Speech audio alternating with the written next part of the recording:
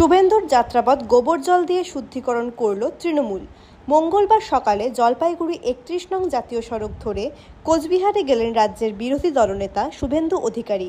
এই উপলক্ষে ৩১ নং জাতীয় সড়ক পাহাড়পুর মোড়ে তৃণমূলের পক্ষ থেকে শুভেন্দুর কনভয়কে পুলিশের সামনে বিক্ষোভ দেখায় তৃণমূল কর্মীরা। পরে কনভয় চলে যাওয়ার পর গোবর জল গঙ্গা জল দিয়ে রাস্তা শুদ্ধিকরণ কর্মসূচি পালন করে তৃণমূল কর্মীরা।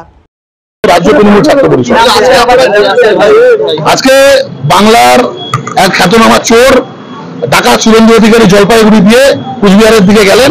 আমরা তাকে অপদ্ররা জানালাম চোর চোর চোরটা, শিশিরবাবুর ছেলেটা, চোর চোর চোরটা মোদীবাবুর ছেলেটা বলে, এবং জয় বাংলা স্লোগান দিলাম। সে ভয়ে পালিয়ে গেল। আপনারা সকলেই দেখলেন, দাঁড়ানোর মতো দৃষ্টান্ত সে দেখাতে পারলো না। আমাদের তৃণমূল ছাত্র পরিষদের সৈনিকেরা এবং পাহাড়পুর অঞ্চল তৃণমূল কংগ্রেসের সৈনিকেরা এখানে দাঁড়িয়েছিল, আমাদেরকে দেখে ল্যাজ গুটিয়ে পালিয়ে গেছে। তারা বাংলা দখল করবে বলছে। তৃণমূল ছাত্র পরিষদের সাথে ভয় পায়, তারা কি বাংলা দখল করবে? প্রতিবাদ কিছু একটা চোর এসছে উত্তরবঙ্গের মাটিতে, জলপাইগুড়ির মাটিতে, এই পবিত্র মাটিকে কুলুষিত করেছে। আমরা এখন আপনারা দেখতে পারবেন, এখন আমরা গোবর দিয়ে আমরা এই এলাকাকে পবিত্র করবো, গঙ্গা জল ছিটিয়ে এই এলাকাকে পবিত্র করবো। আমরা এই এলাকা দিয়ে চোর হয়ে গেল, চোরের আগমন হয়েছে এই এলাকা দিয়ে, তাই আমরা তাকে সাধুবাদ জানালাম। দেখতে পেলেন আজকে সংবর্ধনার জন্য কোথায় রাখবে তারা? তৃণমূল ছাত্র পরিষদের কাছে তারা ভয় পায়।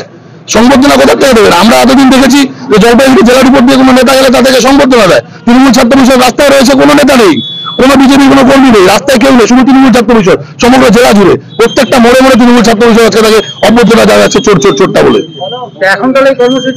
এখন আবার ময়নাগুড়িতে হবে, রাজগঞ্জে হয়েছে, এখন আমাদের এখানে শুদ্ধিকরণ হবে। আমাদের গঙ্গা জল এবং গোবর জল ছিটিয়ে আমরা এই এলাকাকে শুদ্ধিকরণ করবো। আপনার নাম পরিচয়? আমার নাম দেবজিৎ সরকার, সদস্য রাজ্য তৃণমূল ছাত্র পরিষদ।